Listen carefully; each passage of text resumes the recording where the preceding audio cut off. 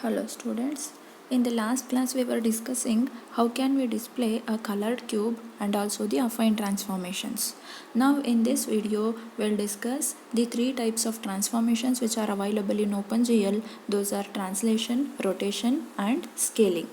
Then we'll see these transformations one by one. So the first transformation which is available in OpenGL is a translation. Then how can we define a translation is, translation is an operation which will take a point and it will move the point up to some distance. So when we move a point from one point to another point or up to some distance, then we are going to get a new point. So this operation is known as translation. Translation is nothing but taking a point, moving it to some distance or moving it by some distance, then we are going to get a new point. So this operation is known as translation. So translation is an operation that displaces points by a fixed distance in a given direction. Then to specify a translation, we need to specify a displacement vector d. That is nothing but how much distance we need to move a point. Then the transformation can be represented as p dash equal to p plus d. P is the original point and d is the distance where we have moved p. So the final point what we got is a p dash. P is the initial point, d is the distance where we moved the point p, then the new point which is obtained is a p dash. To understand that, here we have considered a cube where on each face of a cube there is some image which is displayed. Then in the same way, in the second part of a diagram we have considered a transparent cube. In that cube we have considered only one point or one vertex that is represented over there. Why we have taken that transparent cube is to make you understand where we have considered a point. Then by taking that point, we are moving that point up to some distance d. So we are going to get a new point that is present at the head of the vector. Then you may ask, is it not possible to move an object from one point to another point using translation? Yes, that is possible. Then why we are telling we will move points is, when you consider any object, the basic building blocks for an object is a point itself or a vertex itself. When you move all the vertices of an object from one place to another place, that means that the object will also move from one position to another position. So if you want to move a cube from one position to another position, that indicates you are supposed to move all the vertices of a cube from one place to another place. That is why we'll say translation is the process of moving a vertex or a point from one position to another position by a displacement vector d. Here in the diagram we had shown the movement of one vector of a cube from one position to another position, but to move a complete cube you are supposed to move all the vertices of a cube with the same distance d from one position to another position. Then the next transformation which is present in OpenGL is a rotation. Now to understand rotation, here we are considering a two-dimensional system where we have specified x-axis and a y-axis. Here we are trying to perform rotation on the vertex, so that vertex we have represented it as x comma y, and we are performing the rotation of a point on an origin. You know where origin will be present, so we are performing rotation of a point or a vertex on an origin by an angle theta. We have mentioned theta also in the diagram.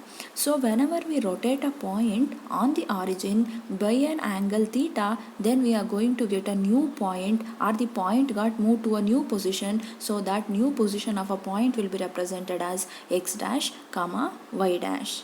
Then for this operation, we can also write a standard equation. Those standard equations are, the standard equation for the original point x comma y, that is before rotation, is x equal to rho cos pi, y equal to rho sin pi.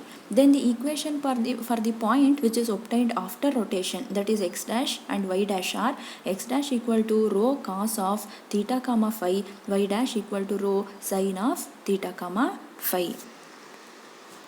Then when we expand these equations using a trigonometric identities, then we are able to obtain the equations as x dash equal to rho cos phi cos theta minus rho sin phi sin theta, which can be simplified as x cos theta minus y sin theta. Then similarly y dash equal to rho cos phi sin theta plus rho sin phi cos theta, which can be simplified as x sin theta plus y cos theta. Then the same equations can also be written in the matrix form as x dash y dash in a column matrix will be equal to cos theta minus sin theta cos theta into xy in column matrix. Then using this rotation, that is rotation of a point on a origin, we can understand three features out of this, and we can apply the same features to other types of rotation. That means rotation on x-axis, rotation on y-axis, or rotation on z-axis. Then what are those features we can understand from this transformation or rotation is, the first feature is there is one point, that is origin, and that point is unchanged in a coordinate system, and that point is nothing but the origin. So we'll call that point as fixed point of transformation. So whenever we perform a rotation of a point on the origin in a coordinate system, there is one point which will not change at all. That point is nothing but the origin, and we call that point as the fixed point in a transformation. So you can observe in the diagram over here, whenever we rotate this particular object on an origin, the object got modified because of rotation, but the origin didn't get changed, or the center of the object did not get changed, but the orientation gets changed because of rotation. That is the first feature. Then second feature is the two-dimensional plane or the two-dimensional output window is a part of three-dimensional space. So we can interpret, or we can also represent this rotation in three dimension also. Whatever the rotation we will perform in two dimensions, the same rotation can also be performed in a three dimension, because two-dimensional activities or operations are part of three-dimensional operation. So when we consider a right-handed system, and when we draw a coordinate system for x, y and z axis, always the z axis goes out of a page. When we draw on a paper the coordinate system in three-dimensional system, that is both x-axis, y-axis and a z-axis, always z-axis goes out of a page. So whenever we perform rotation on a positive z-axis in three-dimensional system, that rotation will always be counterclockwise. Then the third feature is rotation in two-dimensional system for z equal to 0 is equivalent to three-dimensional rotation about the z-axis. In a two-dimensional system, we will not consider the z-axis itself, we will consider only x and y-axis. That means the z-axis value is 0. That is equivalent to performing three-dimensional rotation about the z-axis. When we perform three-dimensional rotation about the z-axis, we'll keep all z-axis value constant, so we'll change only the other value, that is xy coordinate value. There also the z coordinate value remains same. So in a two-dimensional system also z coordinate value remains same, that is z equal to 0. In a three-dimensional system, when we perform rotation on the z-axis, there also z coordinate value remains same. Because of rotation on z axis, the x and y coordinates of the object get changed, so we'll say these two are equivalent. These are the three features which we can understand by performing a rotation on a point about an origin by an angle theta. Then when we continue, to perform rotation of any object in a three-dimensional system, we need to specify totally three things, or we need to give three inputs to perform rotation of an object in a three-dimensional system. Then what are those inputs we need to specify? One is a fixed point. When we observe the diagram, that fixed point is nothing but the origin of the object. That origin is represented as PF. Always you may not be required to specify the fixed point as an origin. You can give any fixed point to perform the rotation. Generally people will consider origin has the fixed point to perform the rotation. In the diagram, the fixed point is represented as PF. Then the second input we are supposed to give is a rotation angle, and in the diagram the rotation angle is represented as theta. Then the third input we are supposed to mention is line of vector. In the diagram, line of vector is represented as V, that is a line segment V. If you don't want to specify line of vector as an input, you can specify on which axis you are going to rotate, that is either x-axis, y-axis or z-axis. If you don't want to perform rotation on any particular axis, if you want to give some other vector or a line to perform a rotation, then you can give that as an input. Then rotation and translation are known as rigid body transformation because this rotation and translation does not change the shape or volume of an object. When we perform rotation and translation on an object, it doesn't change the shape or volume of an object, but they'll only change the object location and an orientation. That is why we will call the rotation and translation as rigid body transformation. They'll be able to change only the location and orientation of an object, but not the shape or volume of an object. Then the third transformation which is available in OpenGL is scaling. Scaling can be defined as it is an affine non-rigid body transformation. Why do we call it as a non-rigid body transformation is because it can change the size or volume of an object. Either it can increase the size or it can decrease the size. So we can call scaling as a non-rigid body transformation. Then to perform scaling operation on an object, we need to specify a fixed point to perform scaling. The second input we need to specify is direction in which we wish to scale. That is, whether you want to increase the size of an object in x-axis or in y-axis or in z-axis, that is nothing but the direction. That is the second input. First input is we need to specify the fixed point to perform scaling. Second one is in which direction you are performing scaling. Third one is a scale factor, that is by how much value you are increasing the size or you are decreasing the size. That is represented by a scale factor alpha. Whenever you give the alpha value greater than 1, then the object volume or the size gets bigger in the specified direction. If you specify the direction as x-axis and if the alpha value is greater than 1, then the object size will get increased in the x-axis or in the x direction. In the same way, if the alpha value is between 0 and 1, then the object size will get decreased in a particular direction. For example, it may be in x-axis. Then when we give negative value for alpha, then it doesn't change the size of an object, but it will just give reflection of an object about a fixed point. These are some of the properties of scaling. Then to understand this, in this diagram, we are considering a cube again with some images on each face. So in the first part or in the first stage, we are expanding the cube in a vertical direction. That means we have specified the direction as y-axis and we have given the alpha value greater than 1. So whenever alpha value greater than 1 in a particular direction, the size of the object get increased. That is the first example what we have shown. In the second example, the size of an object is getting decreased compared to the original one, but it is getting decreased in all the directions. So we have specified direction as both x and y and the alpha value is between 0 and 1.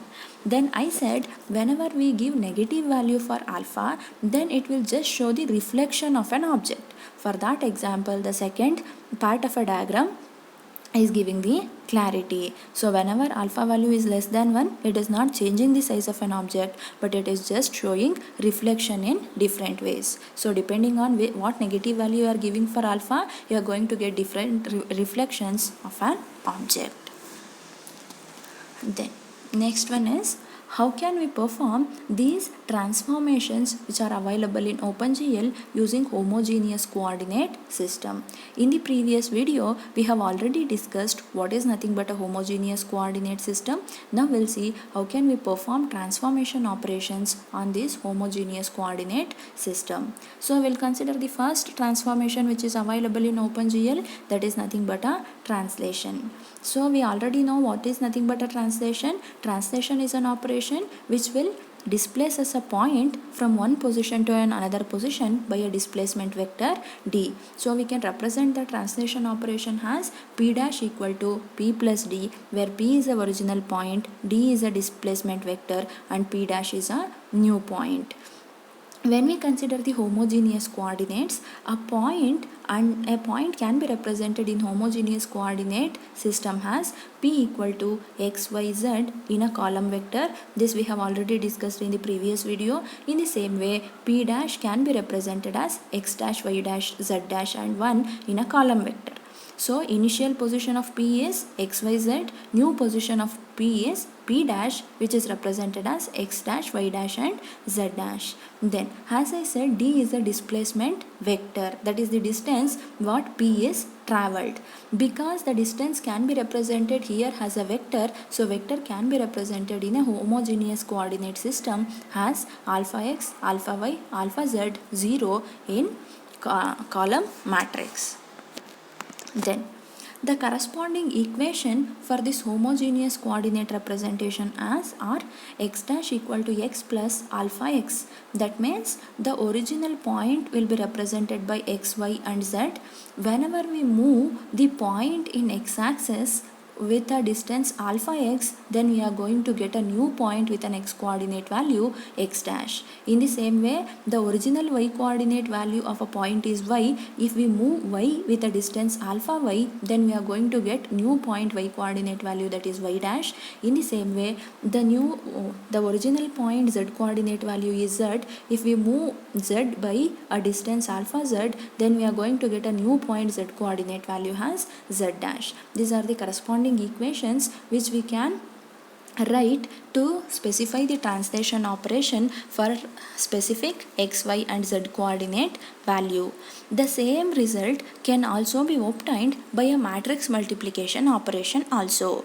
Then how to represent that is p dash equal to t into p, where p is the original point, p dash is the point which is obtained after translation. Then t is nothing but a translation matrix. Then T can be represented as 1 0 0 alpha x, 0 1 0 alpha y, 0 0 1 alpha z and 0 0 0 1.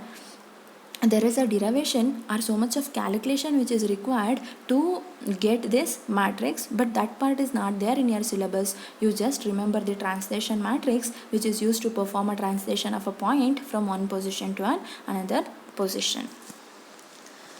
Then whenever we perform the inverse of t, or whenever we perform an operation inverse of t, then we are able to move the point p dash to p again. That means we are performing the reverse translation. In the translation, we have moved the point from p to p dash. When we perform inverse of a matrix t, then we are able to move from p dash to p again, that is back from new point to a original point. Then the inverse of t will be 1 0 0 minus alpha x, 0 1 0 minus alpha y, 0 0 1 minus alpha z, 0 0 0 1. You already know how to perform inverse of a matrix. So by taking a translation matrix, you can perform an inverse operation. So you are able to get this matrix. Then the second transformation operation which is available in OpenGL is a scaling.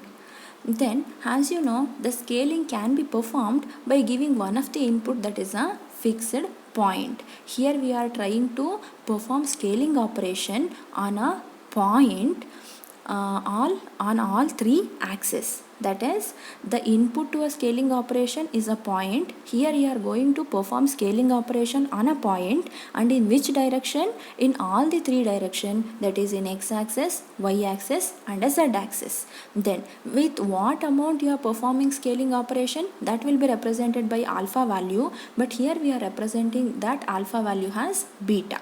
Either you can take any scalar value, alpha, beta, gamma. So here we are performing scaling operation of a point on all three axes, that is x-axis, y-axis and z-axis, by a value or a factor called beta.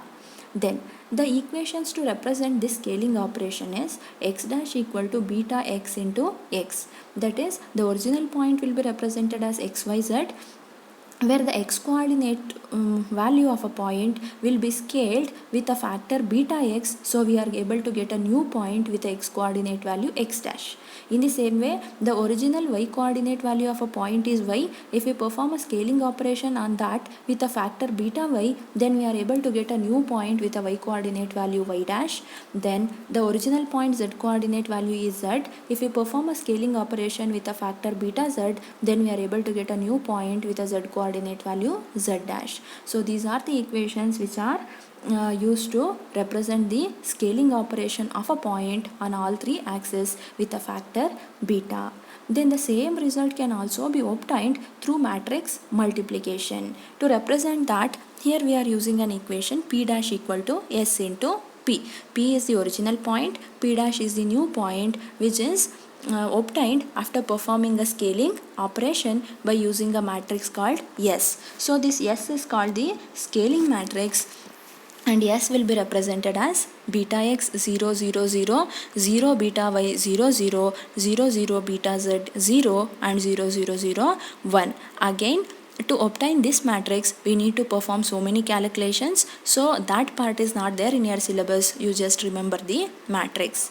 Then whenever we perform the inverse of a scaling matrix, then we are able to get the original point from the scaled point. Then how can we obtain the inverse of a matrix is, for that we need to apply the reciprocal for the scale factor, that is 1 by beta x, 1 by beta y and 1 by beta z.